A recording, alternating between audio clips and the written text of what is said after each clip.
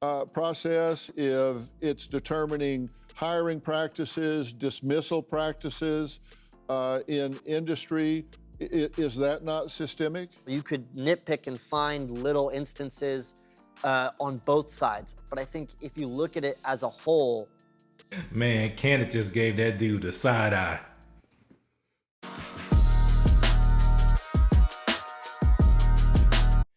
Candace Owens and some other conservative females, and I guess a conservative guy, were on Dr. Phil arguing with, well, I wouldn't say arguing, debating the merits of affirmative action and other things that have been put in place by colleges to provide equity to the underrepresented and minority groups, such as Black folks and Latinos, not Asians.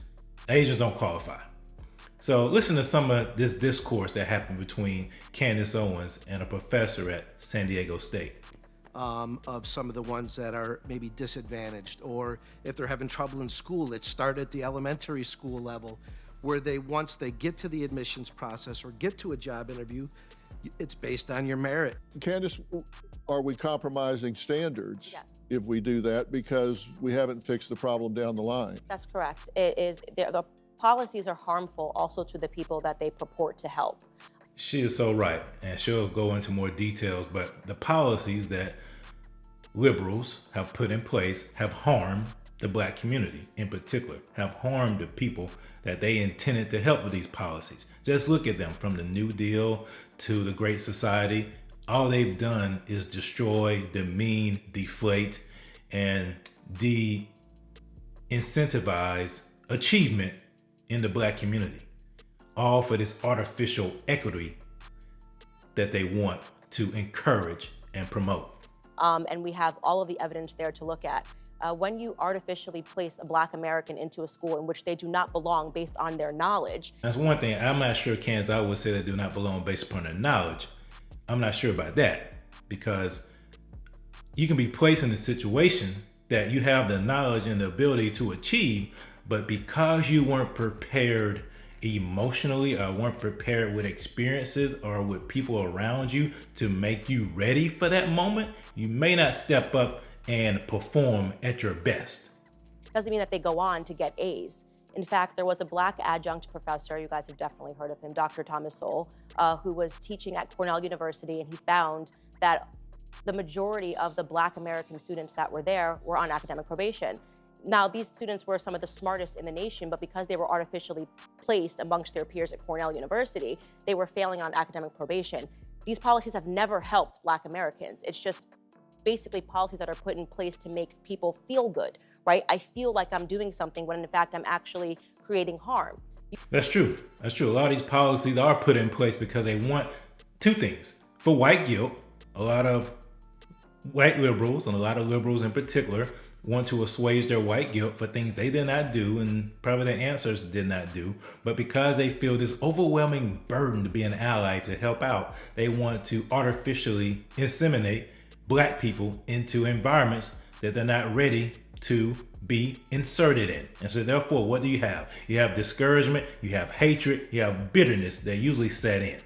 You either know the answers or you don't. When you say, hey, we have Black students at a particular school who aren't performing at that school as well, the immediate assumption that you're making is, well, maybe it's because they're not smart enough, they're not good enough, or they don't belong here. Whereas it could be about the experience that they're having at that institution. Professors who believe that they're not intelligent enough, that they don't have the capability to do the work, that they see them as criminals, deviants, dangerous, up to no good. See, this is an argument that liberals love to make. They always go to the anecdotal, that people see them as deviants, see them as criminals, see them as miscreants. Why do you go to that argument? Because that's essentially what they think of Black people. People tell you what they think of you if you let them talk long enough. And listen to this professor talk. That's another thing. I wish they would have had a conservative Black male on there. I'm not liking the image that this was projecting, that the only people that are conservative, that are people of color, happen to be women. That's another thing that I'm seeing a lot happen in the conservative circles. They're not really involving a lot of Black conservative men who can really stand up and speak to other Black liberal men like this dude in a way that this dude will understand. or they talk about them with the they statements. They're lazy. They don't care. They don't really belong here. They're You're only saying here for the could financial be. I'm aid. giving you actual facts. No, right? I'm giving we you can- actual facts we can based upon fantasize, and you extensive can say, well, maybe they research just that's don't been feel done. good. But that's not the case. I mean, I went to university. I did not feel good, right? I didn't pull the best grades in high school. Probably got into a better university than I should have gotten into based on my performance in high school. It wasn't because of my feelings. It's because I wasn't focused on it. And that we're talking about a cultural problem, what's going on back at home, as was in my circumstance. And none of that is because of institutionalized policy.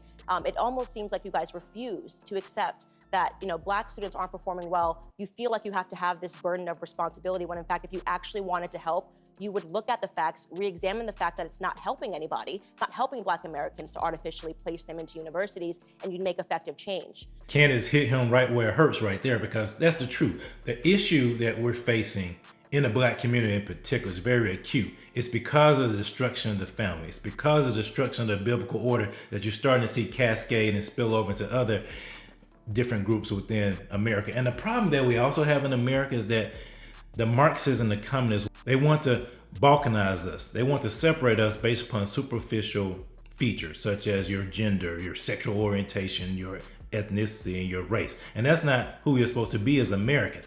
And when you do that, you naturally create fissures. You naturally create fault lines within the country, which leads to people want to artificially fill in those gaps. And it doesn't work that way. Once desegregation took place, and desegregation in and of itself in a vacuum is good, but when it was done without having forethought into how the Black community would respond to that, and then when you insert these governmental programs, when you take the man out and you take God out and you insert government in its place, this is the destruction, this is the decay that you get. And then when they try to fix the problem on the back end, it never works. Because if you fix it, quote unquote, to provide equity for this group, but then you're gonna punish the other group.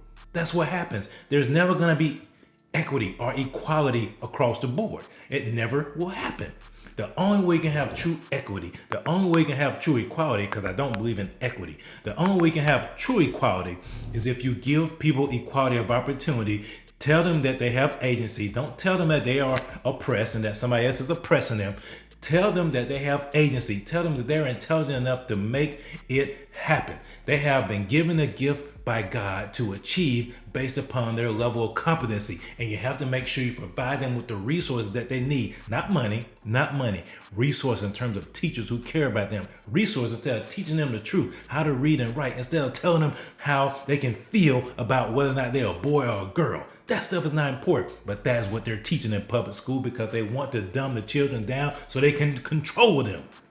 But you're making the assumption that Black students are academically inferior, and they're not. No, They're you some of are our most actually. brilliant students that's that we the have. basic. No. That you are making the assumption that they are inferior. You It just is said that why they you don't belong want there. policies. I'm talking about the students that are based on the policies that you are defending right now, saying that we should have these policies that let them into these universities, not based on their skill set, but based on the color of their skin. So you are assuming that they are inferior. Man, Candace gave it to him. That is so true.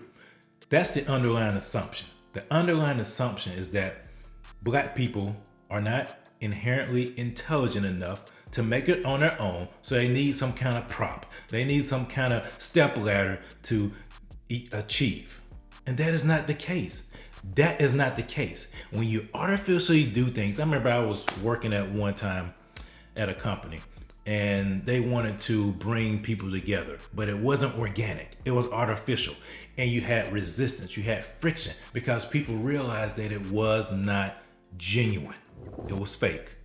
And when these students, that is what hurts these students because they get in these positions, people get in these jobs, and they know they got in these jobs based upon the color of their skin, not the content of their character or their experience or their qualifications. Then people resent them and it makes it even worse for them. So they can't achieve, so they fail. And then what do?